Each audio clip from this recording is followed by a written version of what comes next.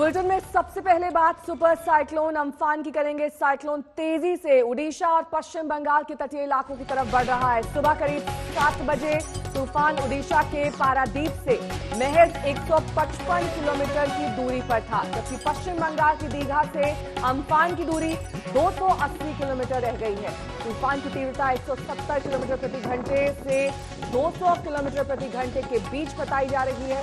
इस तूफान के असर से पश्चिम बंगाल और उड़ीसा के कई इलाकों में बारिश हो रही है। तूफान को देखते हुए पश्चिम बंगाल और उड़ीसा के तटीय इलाकों से लाखों लोगों को सुरक्षित स्थानों पर पहुंचाया गया है। दोनों राज्यों को हाई अलर्ट पर रखा गया है। खासतौर पर तटीय इलाकों का खासतौर पर ध्यान रखा जा रहा है। अम्फान को लेकर ऑरेंज अलर्ट इस वक्त पुडुचेरी, त्रिपुरा और मिजोरम में जारी किया गया है और सुपर साइक्लोन इसे नाम दिया गया है, क्योंकि ये एक्सट्रीम सीवियर कैटेगरी में है, यानी कि इसकी तीव्रता बहुत तेज है। और यही वजह है कि हाई अलर्ट इस वक्त ओडिशा के तटीय इलाकों और असम के भी कई तटीय इलाकों में जारी किया गया है। तस्वीरें हम आपको दिखा रहे हैं उन तटीय इलाकों की जहां पर इस वक्त इस तूफान का असर देखा जा रहा है। आकाश तक उठती लहरें, ये जगत सिंहपुर उड़ीसा की तस्वीरें हैं जहां पर इस वक्त तूफान का असर है, जबकि अभी काफी किलोमीटर दूर ये तूफान है, तब इस तरह का असर देखा जा रहा है। 4 तस्वीरें आपके सामने, बालासोर उड़ीसा की, भद्रक उड़ीसा, साथ ही दीघा पश्चिम बंगाल की और साथ ही पूर्वी गोदावरी आंध्रा की, जहां पर इस वक्त तूफान का असर साफ तौर पर तटीय इलाकों पर है। हाई टाइड है वहां पर, यानी कि काफी ज्यादा ऊंची उठती लहरें देखी जा सकती हैं। लाखों ऐसे लोग हैं जिन्हें इवैक्यूएट किया गया है, जिन्हें सुरक्षित स्थानों पर पहुंचाया गया है। दीघा से हमारी संवाददाता मनोज्ञा लोईवाल हमारे साथ जुड़ गई हैं। कल से ही मनोज्ञा वहां पर मौजूद है, हमें तमाम अपडेट्स पहुंचा रही हैं। मनोज्ञा, आपने कल भी तस्वीरें दिखाई थी, आज की तस्वीर कल से कितनी अलग है? और जो सुपर साइक्लोन अम्फान आने वाला है, क्या कहा जा रहा है, कब तक हिट कर सकता है और किस तरह की वहां पर तैयारी है इसे लेकर?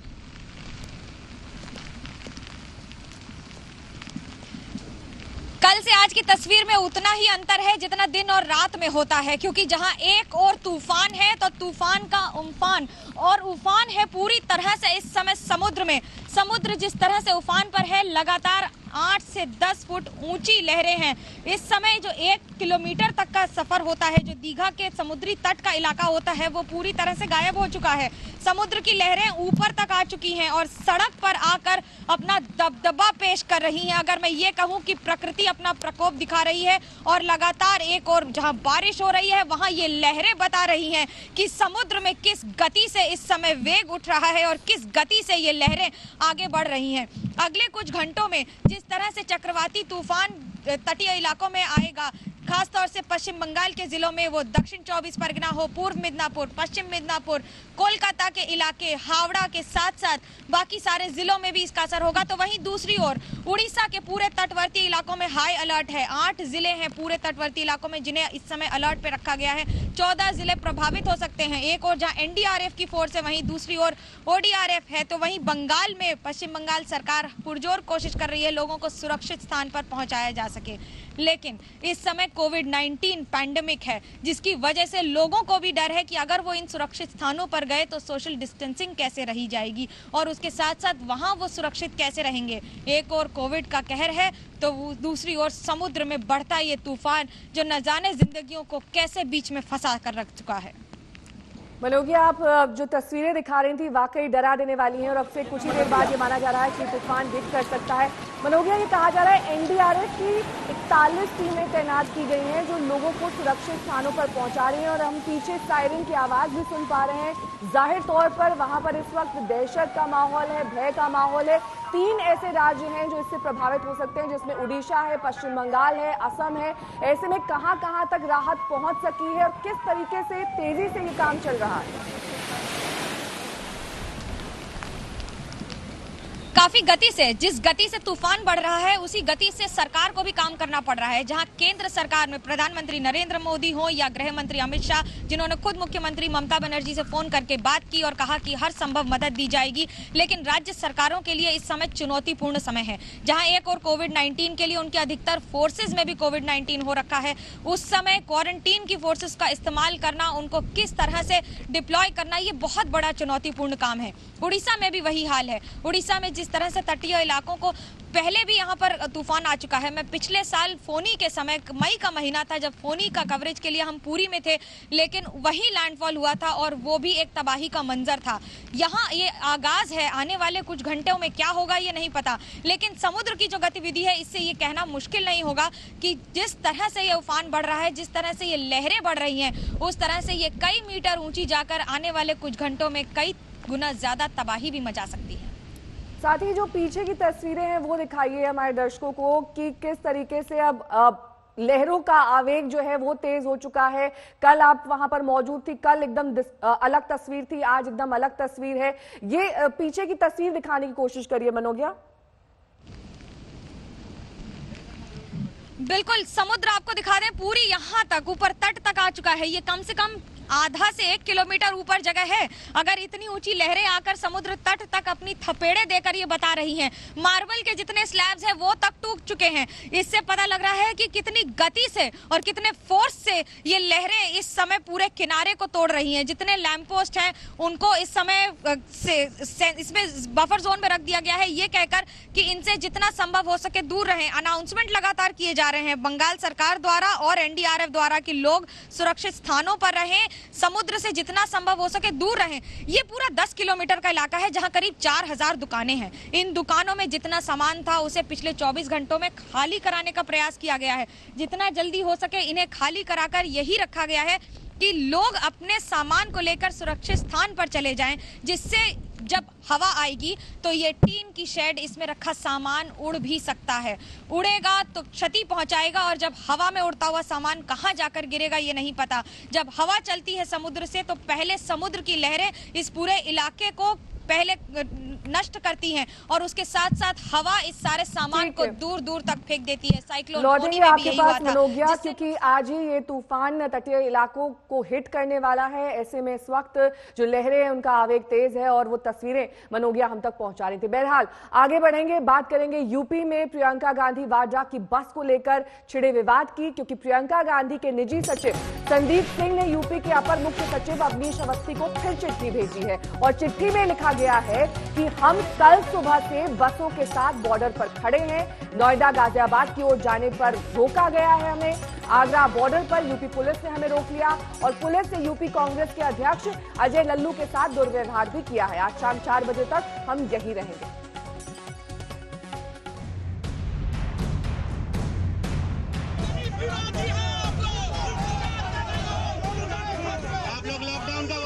मजदूरों को लेकर बस की सियासत अब सड़कों पर आ चुकी है। हमने 1000 लोगों का परमिशन दिया है बसों का।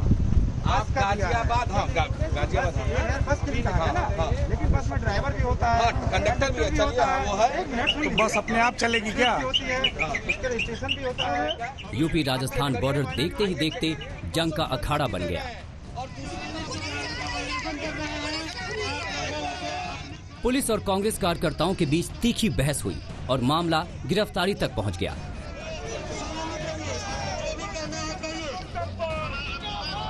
पुलिस ने यूपी के कांग्रेस अध्यक्ष अजय कुमार लल्लू को गिरफ्तार कर लिया है। लखनऊ के हजरतगंज थाने में अजय कुमार लल्लू और प्रियंका गांधी के निजी सचिव के खिलाफ एफआईआर दर्ज की गई, जिन पर बसों की गलत जानकारी देने का आरोप है।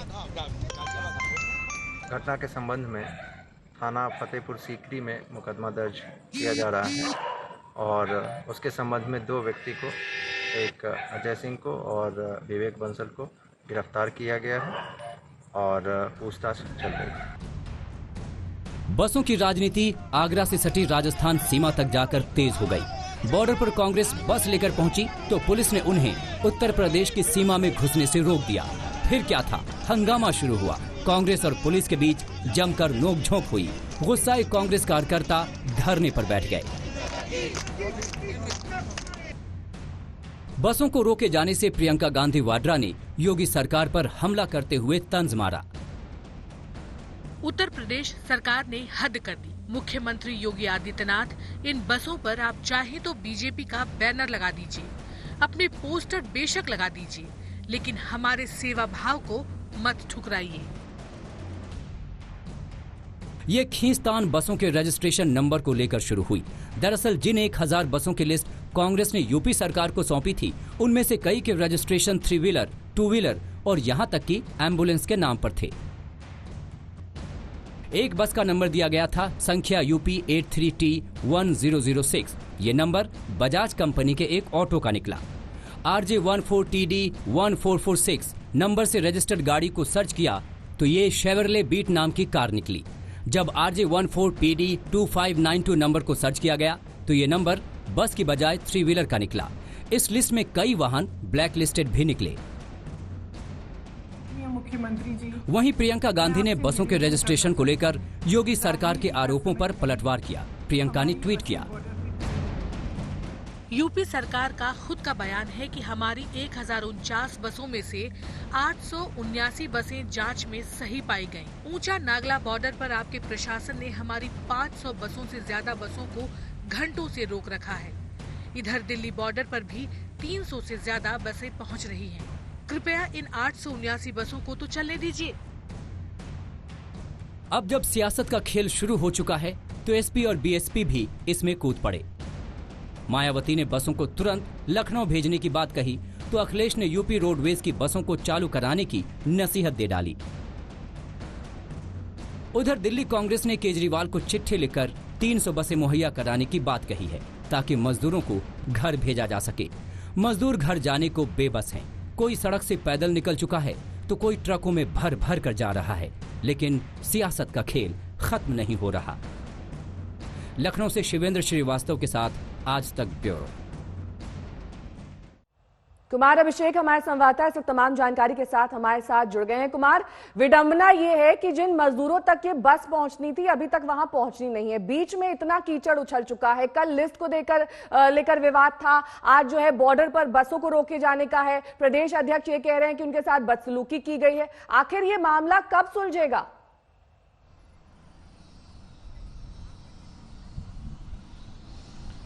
देखिए नेहा, सबसे बड़ा सवाल यही है कि आखिर ये सियासत कब तक होती रहेगी। चिट्ठी पर चिट्ठी और अब FIR पर FIR शुरू हो चुके हैं और आज पूरे दिन भी इस पर सियासत होने की पूरी उम्मीद है, क्योंकि कांग्रेस ने साफ कर दिया है कि आज 4 बजे तक वो तमाम गाड़ियों के साथ फिर मौजूद रहेंगे। देखिए, जिस तरीके के लॉकडाउन में तस्वीरें दिखी हैं आगरा और राजस्थान बॉर्डर पर, पूरे लॉकडाउन में किसी तरह के विरोध की कोई तस्वीर अभी तक नहीं दिखी थी, लेकिन इस मुद्दे ने निश्चित तौर पर इस पूरी सियासत को गर्म कर दिया है। ये मौका प्रियंका गांधी और कांग्रेस के पास भी है और उसे छोड़ना नहीं चाह रहे। लगातार 879 बस की वो बात कर रहे हैं कि जब इतने बस ठीक हैं तो उनका इस्तेमाल क्यों नहीं किया जा रहा है। दूसरी बात यह है कि 2 FIR दर्ज हो चुके हैं, एक फतेहपुर सीकरी में और एक हजरतगंज में। फतेहपुर सीकरी में जो FIR दर्ज हुआ है उसके आधार पर जो प्रदेश अध्यक्ष हैं उनको गिरफ्तार भी किया जा चुका है, कांग्रेस के एक और बड़े नेता के साथ साथ। जो FIR दर्ज लखनऊ में हुई है उसमें बाकायदा 420 और 467 यानी कि धोखाधड़ी का मामला दर्ज किया गया है।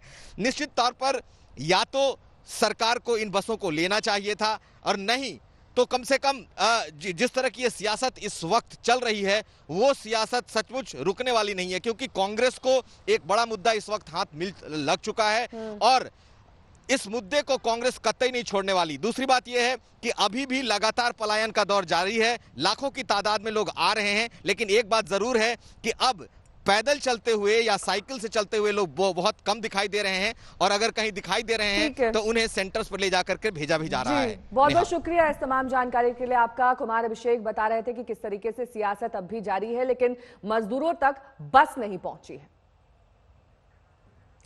देश भर में कोरोना के मामले लगातार बढ़ते जा रहे हैं। ताजा आंकड़े आपको अगर बता दें तो 1 लाख के पार कल ही आंकड़ा पहुंच चुका था। इसमें अब इजाफा हो चुका है। कुल केसेस की संख्या 1,06,750 तक पहुंच गई है। 24 घंटे में कोरोना के 5,611 मामले सामने आए हैं। वहीं 24 घंटे में कोरोना से 140 लोगों की जान गई है।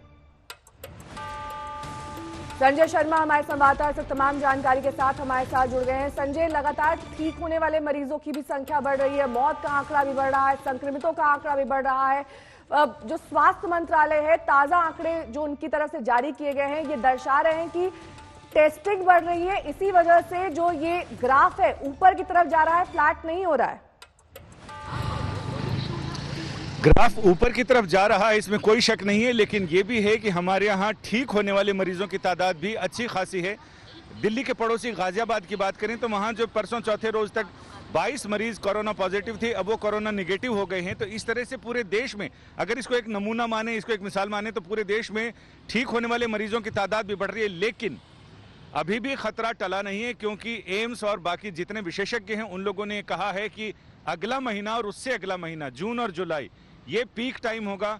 और अभी जो राहत दी गई है उसका क्या असर होगा ये आगे आने वाले 15 दिनों में पता चल जाएगा। लिहाजा ऐसे में अभी भी विशेषज्ञ यही कह रहे हैं कि लोगों को संयम बरतना चाहिए, चाहे पर्व त्योहार का समय हो, लेकिन अपनी सेहत का और दूसरे की सेहत का, एक दूसरे की सुरक्षा का ख्याल रखें। क्योंकि अब यह है कि अब खतरा किसी को, हर एक आदमी को एक दूसरे से खतरा है, लिहाजा इतनी दूरी बना कर रखें। लेकिन मुझे इसमें शक लगता है कि जिस तरह की प्रवृत्तियां चल रही हैं उसमें लोग सोशल डिस्टेंस बनाकर रखेंगे आगे आने वाले 10 दिनों में। तो ये सारी चीजें संजय, तमाम जानकारी के लिए आपका। संजय शर्मा हमारे संवाददाता जानकारी देते किस तरीके से आने वाला वक्त अब और ज्यादा क्रिटिकल है, जून और जुलाई में मामले बढ़ सकते हैं, ऐसा एक्सपर्ट्स का मानना है। तो एक तरफ यूपी के प्रवासी मजदूरों के लिए राजस्थान से बसें भेजी जा रही हैं और दूसरी तरफ राजस्थान के ही बिहार के मजदूर फंसे हुए हैं वहां पर, लेकिन उनका आरोप यह है कि उनके लिए कोई इंतजाम ही नहीं है।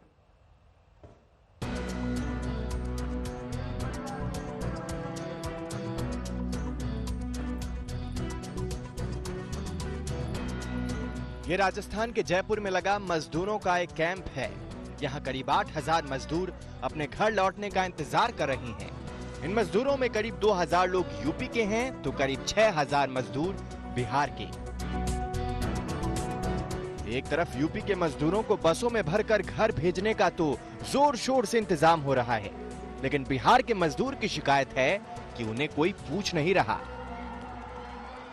महाराष्ट्र से, गुजरात से, राजस्थान से पैदल चलकर घर के लिए निकले थे बिहारी मजदूर। देखा जा सकता है बिहारी मजदूरों के कितनी बड़ी संख्या है जो यहाँ पर इनको पकड़ कर लाकर रखा गया है स्कूल में, लेकिन ये सब के सब नाराज हैं कि पिछले कई दिनों से यहाँ रह रहे हैं, कोई व्यवस्था नहीं हो रही है घर जाने की। हालांकि ये देखा जा सकता है कि हमको दिखाना चाहें कि किस तरह से इनको रखा है। यहाँ सोशल डिस्टेंसिंग नाम की कोई चीज नहीं है। लोग एक दूसरे से चिपक कर बैठे हैं, चिपक कर खड़े हैं। सोशल डिस्टेंसिंग को लेकर कोई मैंने नहीं। इनका कहना है कि इतनी कड़ी धूप में इस तरह से तंबू के नीचे लाकर रखा गया है। धूप काफी तेज है, 5-5, 6-6 दिनों से यहाँ पर बैठे हैं, लेकिन बिहार जाने की कोई व्यवस्था नहीं हो पा रही है। कैंप में मजदूरों की स्थिति देखिए। गर्मी के बीच ये महज तंबू में पूरा दिन बिताने को मजबूर हैं। कहीं कोई सोशल डिस्टेंसिंग नहीं। इस बीच खाने की गाड़ी आती है और लोग टूट पड़ते हैं। एक साथ में ऐसे चिपक के बैठना पड़ता है, आप देख ही रहे हैं। चिपक के बैठना पड़ता है। सरकार को इससे कोई मतलब नहीं है कि इससे बीमारी नहीं फैलेगा। बाथरूम भी ऐसा बना दिया, सब पूरा बाथरूम भरा पड़ा हुआ है। आधे रास्ते से पकड़ के वापस लाया, बोला कि हम बस पे आप लोगों को भेजेंगे। कुछ नहीं है, व्यवस्था नहीं है हम लोगों यहाँ तो पकड़ के खिलाए, व्यवस्था कर लीजिए ना। यहाँ पर खाना खाने के लिए किसी तरह से दौड़ रहे हैं कि कुछ मिल जाए खाने के लिए। ये एक त्रासदी है, देखा जा सकता है। ऐसी त्रासद स्थितियाँ जो कोरोना लेकर आया है कि मजदूर किस तरह से खाने के लिए संघर्ष कर रहे हैं कैंप में। उधर यूपी के मजदूरों के लिए गहलोत सरकार की तरफ से श्रमिक बस सेवा शुरू की गई है। कल भी प्रवासी मजदूरों को भरकर यूपी के लिए 30 बसें रवाना हुई। उत्तर प्रदेश जा रहे हैं सर। कितनी बसें जा रही हैं? यहाँ से पहले अभी 15 आई है, 15 और आ रही है। 30 बसें जा रही है हमारे। कल देर शाम उत्तर प्रदेश के मजदूरों को बसों में रवाना करने के लिए खुद डिप्टी सीएम सचिन पायलट मजदूरों के बीच पहुंचे थे। पायलट ने यूपी के मजदूरों को चप्पल, पानी की बोतल और खाने पीने का सामान देकर बसों में बैठाकर रवाना किया। हम चाहते हैं कि गरीब अपने घर पहुंच सके। आज व्यक्ति जो दुखी है, बेरोजगार है, भूखा है, इतने हफ्तों से परेशान है, अपने घर जाना चाहता है, उसकी मदद करना न सिर्फ नैतिकता है, उसका संविधान का अधिकार भी है। जो मजदूर घर जाना चाहते हैं उन्हें घर पहुंचाने में मदद का काम सराहनीय है, लेकिन जरूरी ये भी है कि मदद में भेदभाव ना हो। शरद कुमार, जयपुर, आज तक। शहर शहर से प्रवासी मजदूर अपने घर लौट रहे हैं। दिल्ली की सड़कों पर ऐसे मजदूरों की भीड़ है जो पैदल ही अपने घर की ओर निकल पड़े हैं। देखिए दिल्ली की सड़कों का हाल।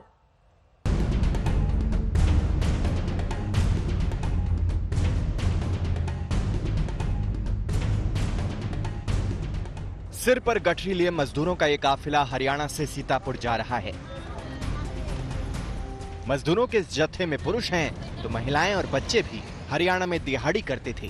काम बंद होने के बावजूद करीब 1.5 महीने किसी तरह वहां जमे रहे, लेकिन जब गुजारा मुश्किल हुआ तो पैदल निकल पड़े सीतापुर की तरफ।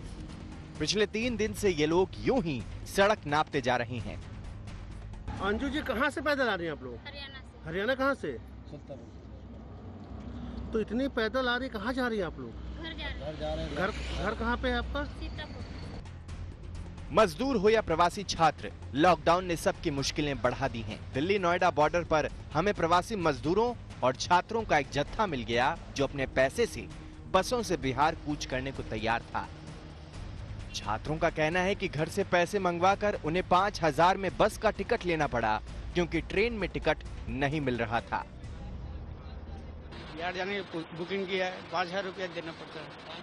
हाँ जी सर, किशनगंज जाने के लिए खाने का पैसा नहीं है, तो क्या करें, मजबूर से घर से मंगाना पड़ा पैसे, वही लेके जा रहे हैं। दिल्ली में ये लॉकडाउन जब से शुरू हुआ है, जब से यही है, और उसके पहले 2 महीने रह रहे थे हम।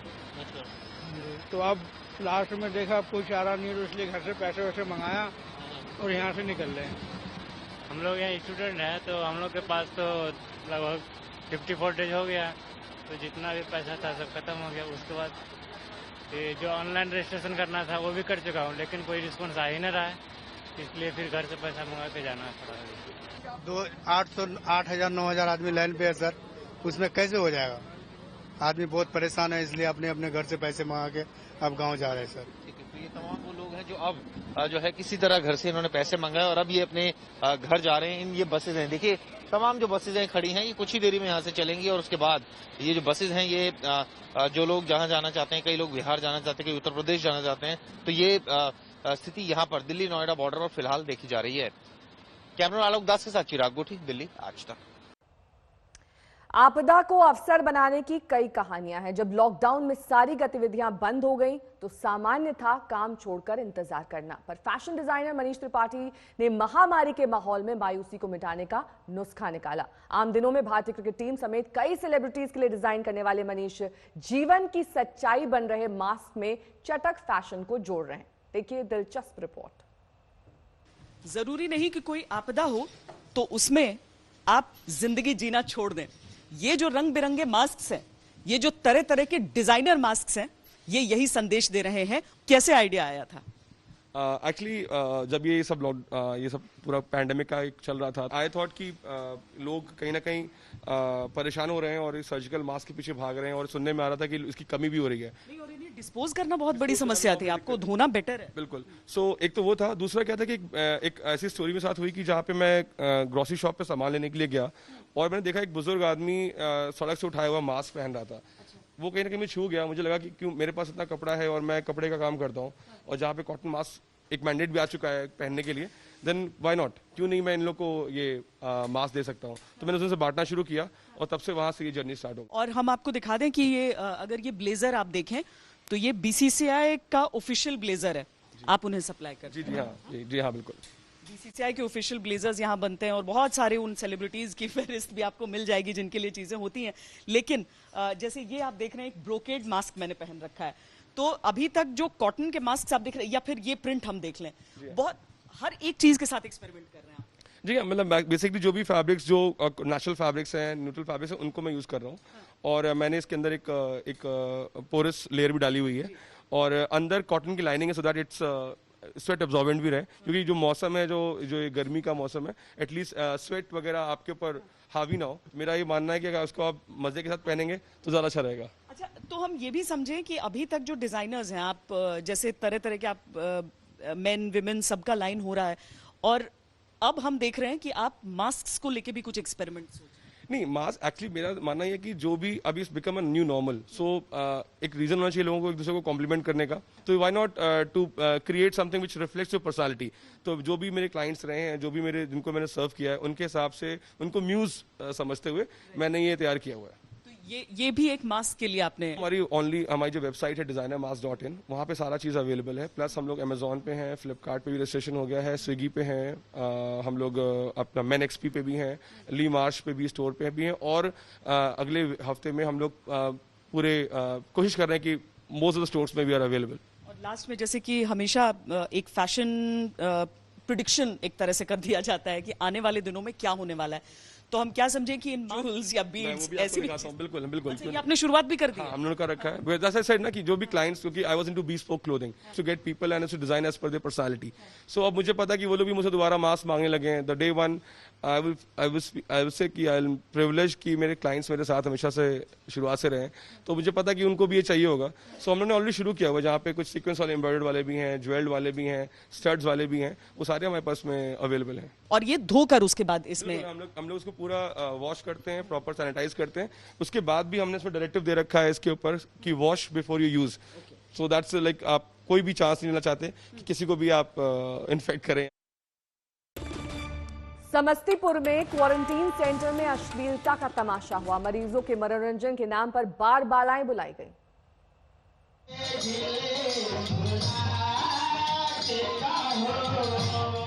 न मास्क, न सोशल डिस्टेंसिंग,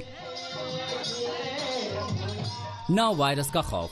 हैरान हो जाएंगे जब पता चलेगा कि ये तस्वीर बिहार के क्वारंटीन सेंटर की है, जहां कोरोना के मरीज रखे गए हैं।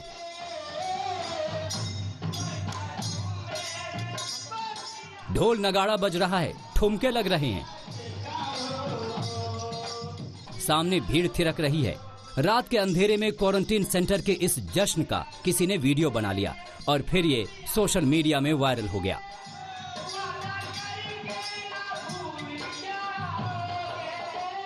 दावा है कि यह तस्वीर समस्तीपुर में विभूतिपुर इलाके के एक स्कूल की है, जिसे फिलहाल क्वारंटीन सेंटर बनाया गया है, पर यहां सोशल डिस्टेंसिंग के कायदे हवा हो गए।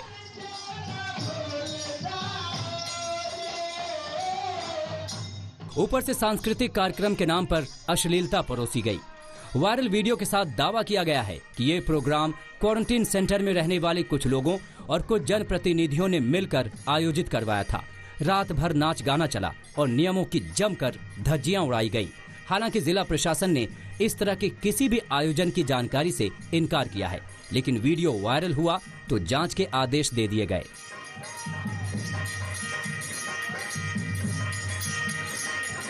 नहीं, मनोरंजन के वैसे कार्यक्रम नहीं, हम मनोरंजन के लिए हम लोगों ने टीवी लगवाया है अलग से, और स्पोर्ट्स के जो हैं वो ये कर रहे हैं। अलग से कोई बाहर से कोई व्यक्ति मनोरंजन का कार्यक्रम करे, ये इसकी अनुमति जिला प्रशासन नहीं देता है, क्योंकि सुरक्षा की दृष्टि से संक्रमण फैलने के लिए और सोशल डिस्टेंसिंग का पालन करने के लिए ये सारी चीज़ें की अनुमति नहीं दी जाएगी। और अगर ऐसा पाया जाएगा तो उसके लिए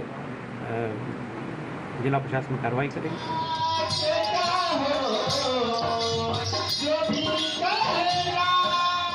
ये वीडियो कितना ताज़ा है और दावा कितना सही, ये कह पाना फिलहाल मुश्किल है। लेकिन सवाल ये कि अगर ये मामला क्वारंटीन सेंटर का है तो फिर प्रशासन की सख्ती के नीचे ये आयोजन कैसे हुआ, इसके लिए कौन जिम्मेदार है? समस्तीपुर से जहांगीर आलम, आज तक।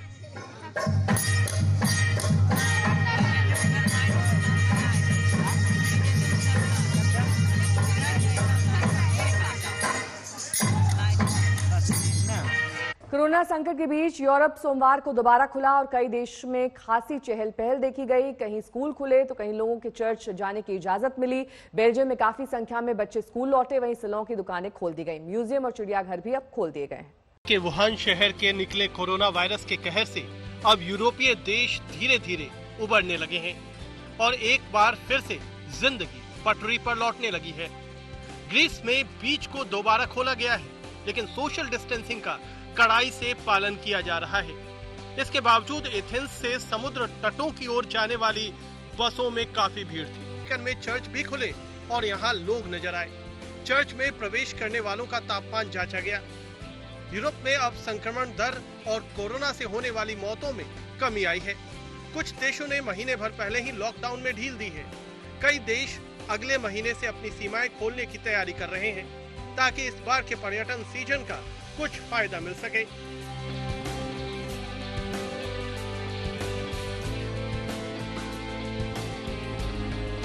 बता दें कि कोरोना वायरस से अकेले यूरोप में 18 लाख से ज्यादा लोग संक्रमित हैं, जबकि 1,63,000 से ज्यादा लोगों की मौत हो चुकी है।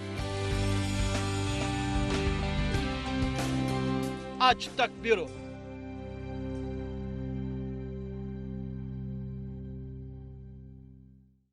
चीन में मास्क को फैशनेबल और ट्रेंडी बनाने के लिए डिजाइनर झोउ ली ने तरह तरह के मास्क को बाजार में उतार दिया है। कैमेलियास मास्क और ऑर्किड्स मास्क और सिंबलाइजिंग मास्क से लोगों की सुरक्षा करने का बीड़ा उठाने वाली कंपनी डेजिन का दावा है कि वो महीने में 20,000 मास्क बनाएगी और लोगों का पसंदीदा मास्क उन तक पहुंचाने की कोशिश करेगी।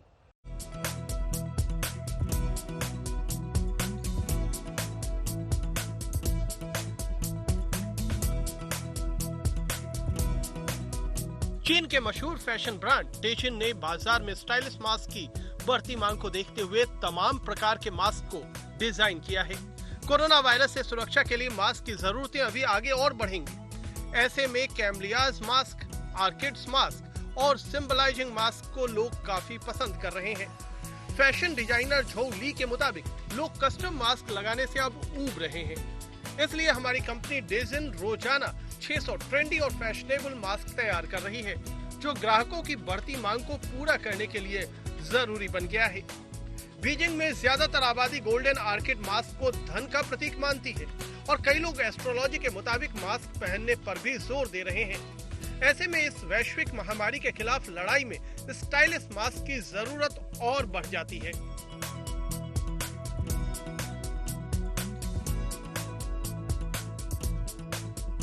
झोउ ली सिर्फ मास्क में वैरायटीज को ही विकसित नहीं कर रहे हैं, वे पारंपरिक पीपीई सूट में भी रोजी ट्यूलिप का प्रिंट देकर उसे आकर्षक बनाने के काम में जुटे हुए हैं, जिससे कोरोना वॉरियर्स के लिए भी वे स्टाइलिश पीपीई सूट डिजाइन कर सके।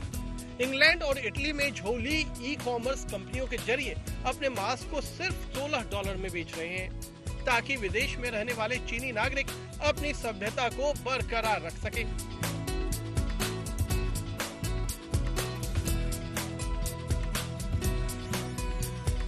आज तक ब्यूरो।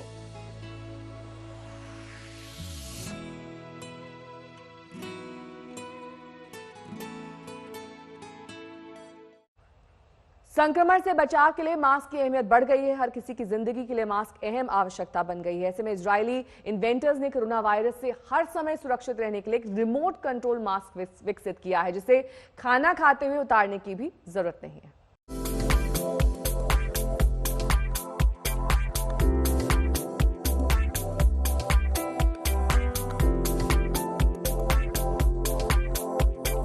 कहते हैं आवश्यकता आविष्कार की जननी होती है। खासकर संसाधनों की कमी के दौरान ऐसा कोई आविष्कार हो जाए जिससे न केवल जरूरी मदद मिले बल्कि ये कारगर भी साबित हो, तो इसकी अहमियत काफी बढ़ जाती है। कोरोना काल में इजरायली इन्वेंटर्स ने कोरोना वायरस से हर समय सुरक्षित रहने के लिए एक रिमोट कंट्रोल मास्क विकसित किया है। इसे खाना खाते वक्त भी उतारने की जरूरत नहीं होगी। बताया गया कि ऐसे मास्क के साथ अगर आप रेस्टोरेंट में या भीड़ भाड़ वाली जगहों पर खाना खाने जाते हैं तो वो कम जोखिम भरा होगा। मास्क में होठों के ऊपर जगह दी गई है ताकि भोजन को आराम से मुंह में डाला जा सके। हालांकि बताया गया कि इस प्रक्रिया को आइसक्रीम या सॉस के साथ निभाई जाने से गड़बड़ हो सकती है। इस मास्क को रिमोट से खोला जा सकता है या फिर जब खाना नजदीक आ रहा होगा तो मास्क खुद ब खुद खुल जाएगा।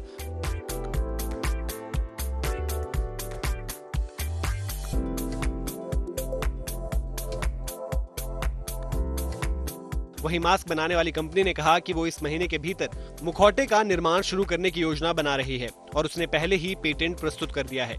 कंपनी ने कहा कि ये मास्क लगभग 250 रुपए की कीमत पर बाजार में उपलब्ध होगा। आज तक ब्यूरो।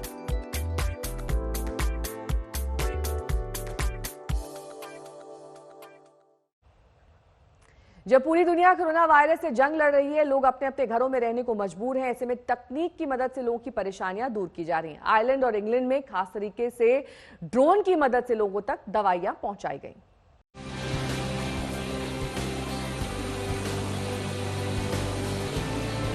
कोरोना वायरस के कहर और लॉकडाउन के बीच तकनीक किस तरह से इंसानों के लिए मददगार साबित हो रही है, इसका अंदाजा आप इन दोनों तस्वीरों से लगा सकते हैं। ये तस्वीरें आयरलैंड और इंग्लैंड की हैं।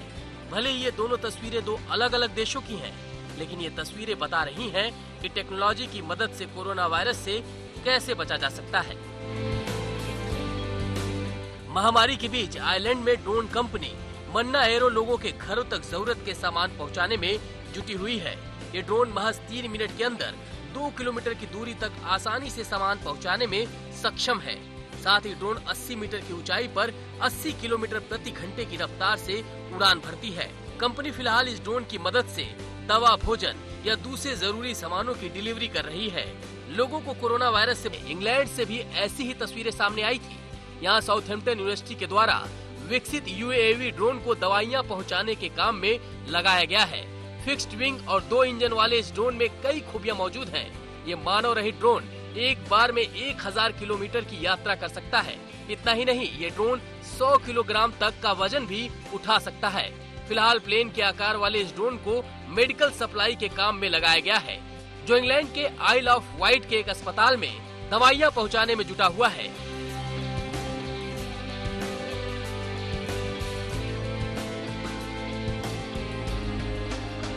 फिलहाल सरकार की मदद से इस प्रोजेक्ट का विस्तार किया जा रहा है।